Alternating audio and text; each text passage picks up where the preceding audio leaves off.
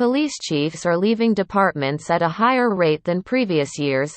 CNN, police chiefs in the largest cities across the country are leaving at an alarming rate since the beginning of 2020. A trend experts say creates a gap in leadership that serves as a hurdle in implementing criminal justice reform and long-lasting cultural change within their departments.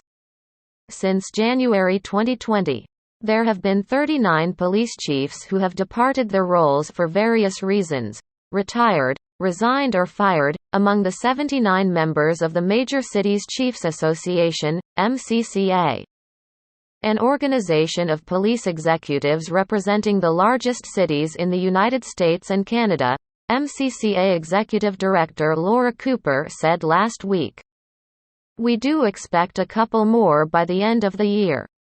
Even more have indicated that they have every intention of retiring in early 2022, Cooper said.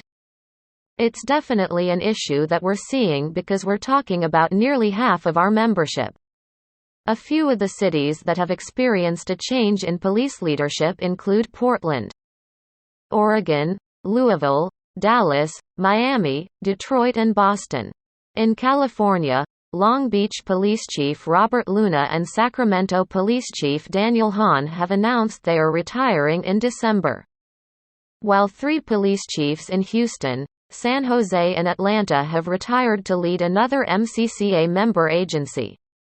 These chiefs are not included in the 39 who have left their departments. The turnover, according to Cooper, is indicative of natural attrition within departments as well as borderline retirees who have decided to leave due to political pressure or high-profile police killings. There's enormous pressure for change, following weeks of turmoil over his relationship with city leaders and rank-and-file police officers. Miami Police Chief Art Acevedo on Monday was suspended, effective immediately, by City Manager Art Noriega, who said in a statement that Acevedo's relationship with the department has become untenable, and that city officials intend to fire him. Acevedo's suspension comes on the heels of city commissioners calling for his ouster during 2 contentious meetings on September 27 and October 1 to discuss his decisions and behavior that were deemed questionable. Acevedo wrote a bombshell memo to Mayor Francis Suarez and Noriega on September 24 in which he accused 3 city commissioners of interfering with reform efforts and a confidential internal investigation. Acevedo, who took over the agency 6 months ago after retiring from the Houston Police Department, has propelled himself to the national stage as a police leader who has been highly vocal in discussions about police reform and public safety. CNN has reached out to Acevedo and the MPD for comment but has not heard back. In some cases, according to Cooper, a leadership change can bring about increased morale among officers and stronger rules for accountability and transparency with the community. Historically, a chief remains in the role for 3 to 5 years, which is enough time to effectuate change, she added, but that lifespan has decreased significantly. Typically, there is a 25% turnover per year among police chiefs, according to Chuck Wexler, the executive director of the Police Executive Research Forum, PERF, which is hired by agencies to survey, vet and select candidates for chiefs. The increase is reflective of what's happening nationally due to the enormous pressure for change, Wexler said. Departments in larger cities have faced more pressure to make changes to their policies and culture over the past 20 months due to the pandemic. The national spike in violent crime, as well as the killing of George Floyd and the widespread demonstrations against police brutality and racial injustice, Wexler said. Being a police chief in America today is maybe one of the most daunting jobs there is, he added. You have a lot of competing challenges, funding issues, violent crime issues, implementing de-escalation, and community trust issues. The swift changes in police leadership come as the federal government and attorneys general are enlisting courts to prompt cultural reform through stronger oversight. They are using more clear and concise use of force policies that emphasize the sanctity of life and imposing stricter rules on the authorization of deadly force.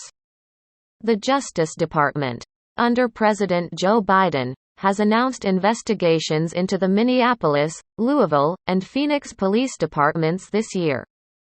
Attorneys general in Illinois, California and Colorado have recently announced pattern and practice investigations into city agencies. One of the ways elected officials are using the investigative powers of their offices to effect cultural change in the post-Floyd era. We're at a turning point in American policing where the next generation of police leaders has an opportunity to step up, Wexler said. So while there are challenges, there are great opportunities because policing is going to change, but it's going to be a function of this next generation. They're leaving for a whole host of reasons. There is a whole host of reasons why police chiefs are leaving their departments, Cooper said, but they continue to do so at an alarming rate. It takes a while to institute culture change, and certainly with the turnover that we've seen, it begs the question, how much culture change can you get if you're playing musical chairs with the leadership position, she added. According to Wexler, PERF can't keep up with the number of requests from cities to help them select a police chief. The organization has helped agencies select chiefs in Maryland, Kentucky, Nebraska, Wisconsin, and for the U.S. Capitol Police Force in recent years. People are looking for change. They're looking for a new kind of leader, and that hasn't been fully defined yet, he added. Departments, increasingly, will look at themselves, and the big decision will be, do we want someone from within the department or should we look outside? Wexler said.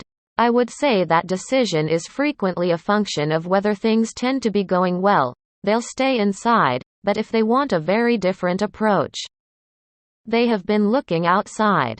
Sacramento's Chief Hahn, the first black police chief in the city, announced in August that he will retire at the end of the year. Hahn, who has been with the department for over 2 decades, served as chief for 4 years. He was leading the department in 2018 when 2 Sacramento officers fatally shot Stephon Clark, a 22-year-old black man, in 2018. Federal prosecutors declined to file civil rights charges against the officers, who were later put back on active duty. Protests erupted in Sacramento after the incident and public outcries mounted after the U.S. Attorney General's decision.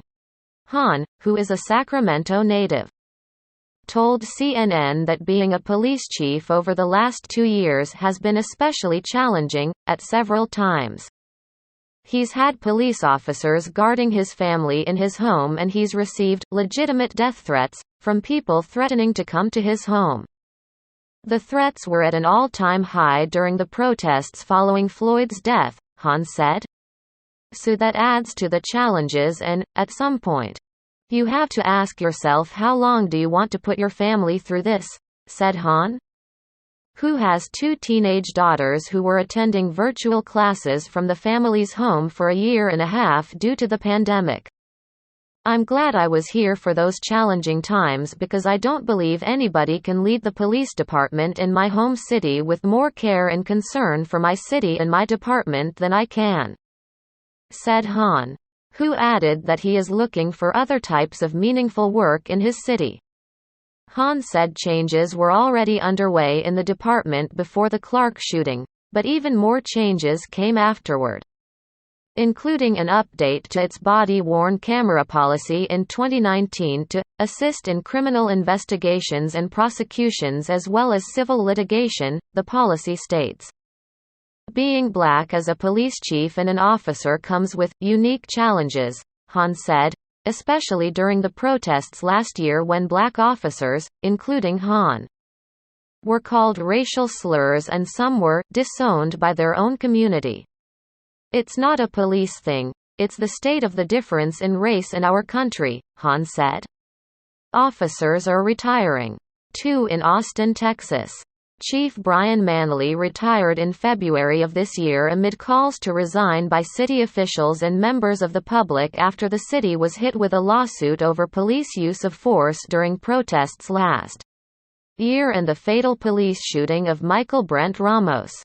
The officer who shot Ramos was charged with first-degree murder earlier this year, the Travis County District Attorney's Office announced.